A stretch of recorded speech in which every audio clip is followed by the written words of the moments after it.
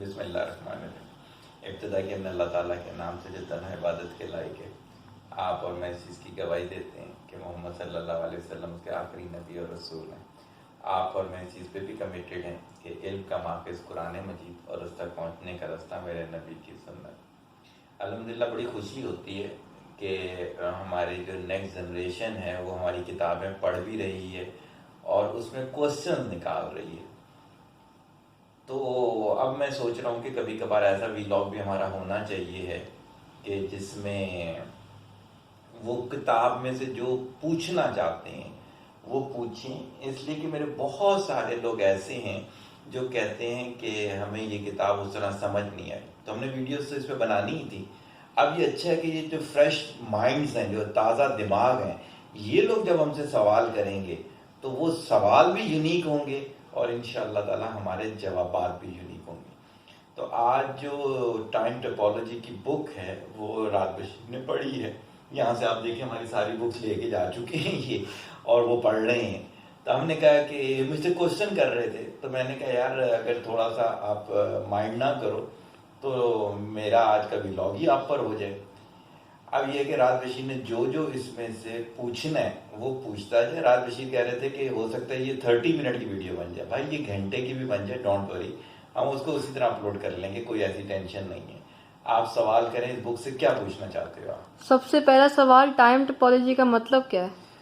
Meaning of time topology, जब मैं time पर काम कर रहा था ना रात बशीर, तो आज से पहले जो टाइम पर काम हुआ था वो सिर्फ ऑफिस का टाइम मैनेज करना सिखाया गया था कि ऑफिस में काम कैसे होता है। हालांकि वक्त जो था वो तो हर किसी के लिए था। तो मैंने जब काम किया तो पाकिस्तान में सिर्फ एक शख्स थे, चार्टर्ड अकाउंटेंट बशीर जुमा। उनकी किताब मेरे पास मौजूद है, मेरी लाइब्रेरी से कभी मैं आपको दिखाऊंगा। उन्होंने इस पे किताब लिखी थी और उन्होंने भी ऑफिस मैनेजमेंट के लिहाज से ही लिखी थी। तो मैंने इस वजह से ये किया कि ये पूरी लाइफ की किताब होनी चाहिए। तो इसकी डेफिनेशन मैंने ये दी है, साइंस ऑफ सिचुएशन, कि जो कोई सिचुएशन क्रिएट हुई उसकी science with respect to time, कि उसमें वक्त को कैसे मैनेज करना है, चाहे वो पढ़ना हो, खेलना हो, सोना हो, बीमारी हो।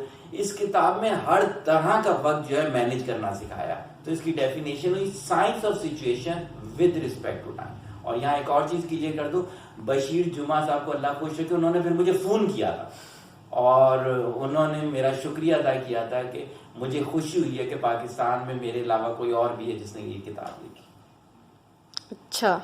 अच्छा, दूसरा सवाल है कि एक चैप्टर है मुकदमा, उसका क्या मतलब है? अच्छा, कोई भी किताब जब लिखी जाती है ना रात बशीर, तो उसमें क्या किया जाता है कि शुरू में बताया जाता है मैंने ये किताब क्यों लिखी। जैसे है ना, आपने बड़े चाचू को देखा होगा, वो मुकदमे लड़ते हैं। बेसिकली अदालत में एक केस आता है कि मेरे घर के सामने इस शख्स ने ये रोड बना दी है, एक मुकदमा आया। इसी तरह जब किताब लिखी जाती है तो वजह बताई जाती है मैं किताब क्यों लिख रहा हूं। तो इस चैप्टर के अंदर मैंने ये जो अभी आपको बताया ना कि मैंने ये किताब क्यों लिखी, तो उस चीज को एक्सप्लेन किया, तो वो मुकदमा कहला रहा है। एक और चैप्टर है dimension of human character.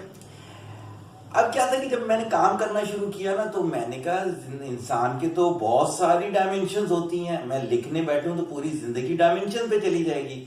World अक्सर 26 डायमेंशन से चलती थी। तो मैंने उसमें से नैरो डाउन करते करते 5 डायमेंशन निकाली कि इंसान को 5 डायमेंशन में काम करना चाहिए। एक है रिलीजन, इंसान को अपने मजहब का पता होना चाहिए, एक एक चीज उसकी पता होनी चाहिए। दूसरी चीज एजुकेशन, इंसान को पूरी जिंदगी कुछ ना कुछ, कभी डिग्री प्रोग्राम, कभी सर्टिफिकेट प्रोग्राम, कभी शॉर्ट कोर्सेज, ये करते रहना चाहिए। तीसरी चीज हेल्थ, हेल्थ पे इंसान को काम करते रहना चाहिए। अगर हेल्थ अच्छी नहीं होगी तो इंसान कभी अच्छा परफॉर्म नहीं कर सकता। फिर आ गया फाइनेंशियली, कि इंसान जो है अपने फाइनेंस को, पैसे कैसे कमाएगा, कैसे खर्च करेगा। फिर आ जाता है सोशली, यानी कि रिलेशनशिप इज क्या। ये 5 डायमेंशन को आपने मैनेज करना है विद रिस्पेक्ट टू टाइम, तो आप देखेंगे आप एक बहुत अच्छा इंसान बन जाएंगे। अच्छा, एक और चैप्टर है, उसमें शायद आपने बताया है कि चार्ट क्या होता है, तो उसका बिल्कुल, चार्ट क्या होता है। अच्छा, यहाँ पर एक चैप्टर शायद मिस हो रहा है। यहाँ पर है कि वक्त क्या है, कोई चैप्टर है वक्त? हाँ, एक है, वक्त क्या है, थर्ड चैप्टर था ना। बेसिकली इसमें पता है मैंने क्या बताया, आज से पहले जो वक्त की तारीफ थी, जब तक मैंने ये तारीफ नहीं दी जो बताने जा रहा हूं आपको, उससे पहले होता था अभी जो घड़ी आपके ऊपर लगी हुई है इसके मुताबिक या 2 टिक टिक के दरमियानी फासला सेकंड कहलाएगा। फिर कहा गया जो वेलोसिटी ऑफ लाइट के लिहाज से टाइम की डेफिनेशन दे दी गई। तो मैंने एक अपने बीएससी में एक टॉपिक पढ़ा था, उसे इसका हाइजेनबर्ग अनसर्टेनिटी प्रिंसिपल कहते हैं। तो मैंने अनसर्टेनिटी प्रिंसिपल से एक डेफिनेशन निकाली थी कि एक्शन डिवाइडेड बाय एनर्जी, कि आपको एक काम करने में कितनी एनर्जी लगाई जाएगी, इन दोनों का रेशो अगर निकाला जाएगा तो आपको वक्त की तारीफ मिल जाएगी। तो हमें ये देखना है कि हम कितना काम कितनी एनर्जी के साथ कर रहे हैं, तो हमारे लिए वो वक्त उतना कम और ज्यादा हो सकता है। तो ये एक यूनिक डेफिनेशन है कि हर शख्स, एक शख्स है 24 घंटे में सिर्फ 2 काम करता है और एक शख्स है 24 घंटे में 200 काम करता है। वो कैसे 200 काम कर लेता है? उसने ये चीज मैनेज कर ली, जो कि टाइम टोपोलॉजी में बताया गया कि एनर्जी के पॉइंट ऑफ व्यू के, तो उसने टाइम को मैनेज करना सीख लिया। तो ये टाइम की एक यूनिक डेफिनेशन है कि एक्शन डिवाइड बाय एनर्जी।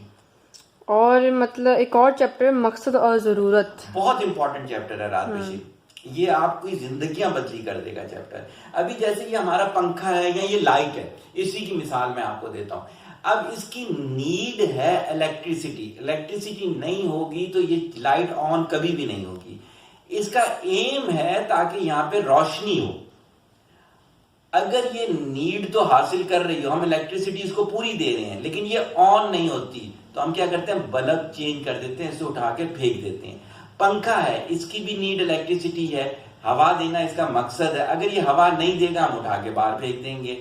इसी तरह गाड़ी है, उसकी नीड है पेट्रोल और उसका मकसद है ट्रांसपोर्टेशन, अगर वो चले नहीं, पेट्रोल खाती रहे, तो हम उठा के बाहर फेंक देंगे। इसी तरह हर इंसान की कुछ नीड्स हैं, खाना पीना, कपड़े, सोना, जाना, ये नीड्स हैं। मकसद इसका ये है कि पूरे दिन के एंड पे उसे कुछ करना है। अगर वो कुछ भी नहीं करेगा तो हमें इंसान को भी क्या करना चाहिए, उठा के बाहर फेंक देना चाहिए। तो लिहाजा हर शख्स को अपने मकसद को तलाश करना है। अच्छा, अभी तो मेरे इतनी सवाल आए। सही है, बहुत अच्छा रहा हमारा आज का सेशन। यकीनन जो लोग सुन रहे होंगे उन्हें ये होगा कि टाइम टोपोलॉजी पढ़नी चाहिए। अमेज़न पे ये फ्री रखी हुई है उर्दू के अंदर, इंग्लिश ट्रांसलेशन इसकी अभी हो रही है, कुछ अर्से में वो भी अपलोड हो जाएगी। इसका पूरा एक तफसीली सेशन मैंने लिया था रमादा होटल में, गालिबन 2 या 4 घंटे का, वो भी हमारे चैनल पे मौजूद है। देखें और एंजॉय करें। दुआ में याद रखें। अस्सलाम।